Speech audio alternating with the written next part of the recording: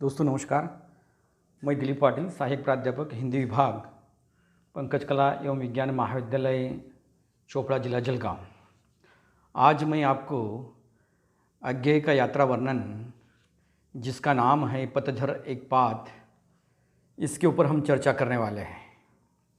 दोस्तों, इस यात्रा वर्णन में अज्ञेय जी ने द्वितीय महायुद्ध के बाद की पूर्व जर्मन और पश्चिम जर्मन की सामाजिक एवं राजनीतिक परिस्थिति का वर्णन किया हुआ है।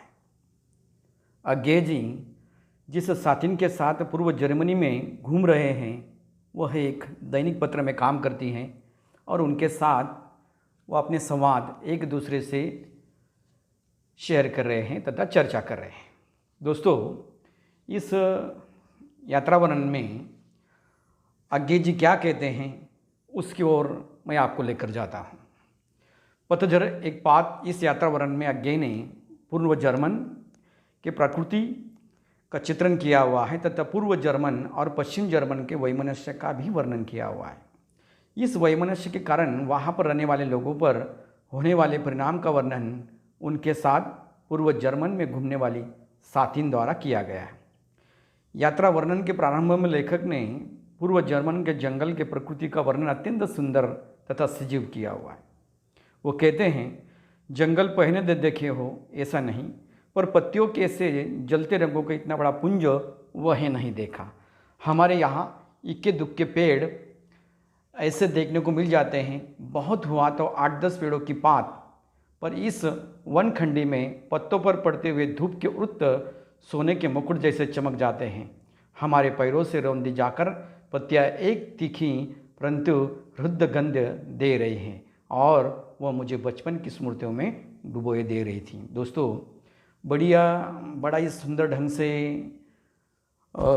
इस यात्रा वर्णन में अज्ञेय जी ने इसका वर्णन, प्रकृति का वर्णन किया हुआ है। अज्ञेय जी हिंदी साहित्य के शीर्षस्थ लेखकों में से एक हैं। सर्वश्रेष्ठ लेखकों में अज्ञेय जी की गणना की जाती हैं। ऐसे ही अज्ञेय जी ने वे आगे कहते हैं, उस प्रकृति का प्रभाव लेखक के साथ साथ उसके साथ घूमने वाली पूर्व जर्मनी की साथिन पर भी हुआ। उसे भी अपने बचपन की याद आने लगी। तब एक छोटी सी सैनिक टुकड़ी और उनके साथ के पैरों की चाप उन दोनों की सुनाई दी। लेखक को जर्मन के वातावरण में बदलाव दिखाई दिया। साथिन को पूछने पर पता चला कि इन सिपाहियों ने जर्मन का वातावरण सब बिगाड़ दिया है।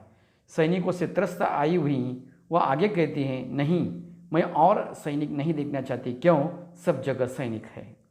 स्पष्ट है कि दूसरे महायुद्ध के बाद पूर्व जर्मन से पश्चिम जर्मन अलग हो गया। पूर्व जर्मन से सैनिकों की इतनी दहशत थी कि वहाँ के स्थानिक लोग उनसे पूरी तरह उब गए थे। वे एक गुलामी का जीवन जी रहे थे। साथिन के कथन से लेखकों को वहाँ के प्रसंग की नाजुकता का एहसास होता है। दूसरे महायुद्ध के बाद जर्मन का पतन हुआ था। वह पूर्व जर्मन और पश्चिम जर्मन में बढ़ गया था। पूर्वी बर्लिन में सैन्य सत्ता अधिक थी। वहाँ के नागरिकों के जीवन पर उनका असर अधिक गहरा था। सैनिकों के अधिक दबाव के कारण वहाँ के लोग गुलामी का जीवन यापन कर रहे थे। लेखक साथिन से युद्धकालीन अनुभव की बात पूछना चाहते हैं, किंतु उनकी दोस्त की गहराई उतनी नहीं थी कि यह बात पूछी जाए। लेखक ने उसे विदा होने से पूर्व भोजन के लिए आमंत्रित किया।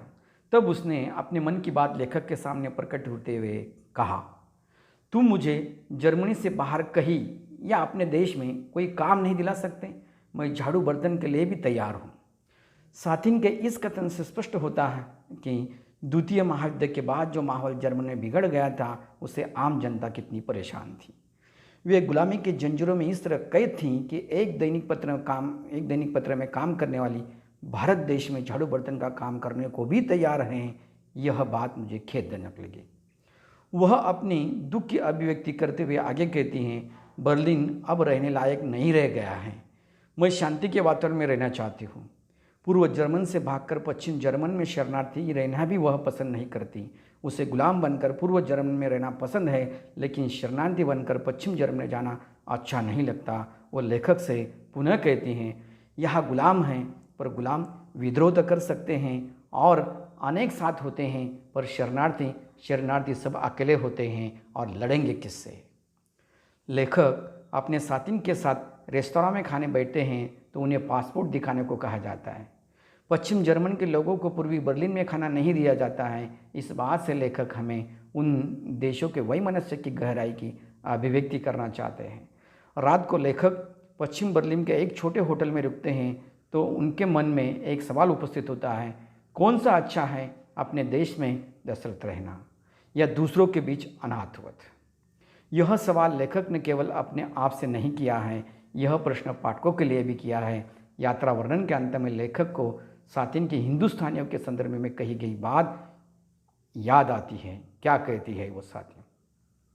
हिंदुस्तानी भोले होते हैं, ठीक ही है, पर भोलेपन में खोने को इतिहास ने उन्हें बाध्य भी नहीं किया है।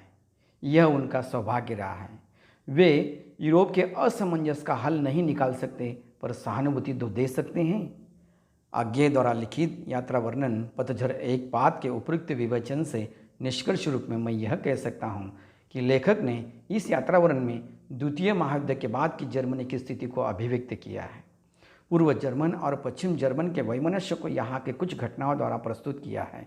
इस मतभेद का प्रभाव वहाँ पर बसे जर्मन के मूल निवासियों पर किस कदर हुआ है, इसका उदाहरण लेखक के साथ घूमने वाली पत्रकार सातिन के माध्यम से लेखक ने दिया हुआ है।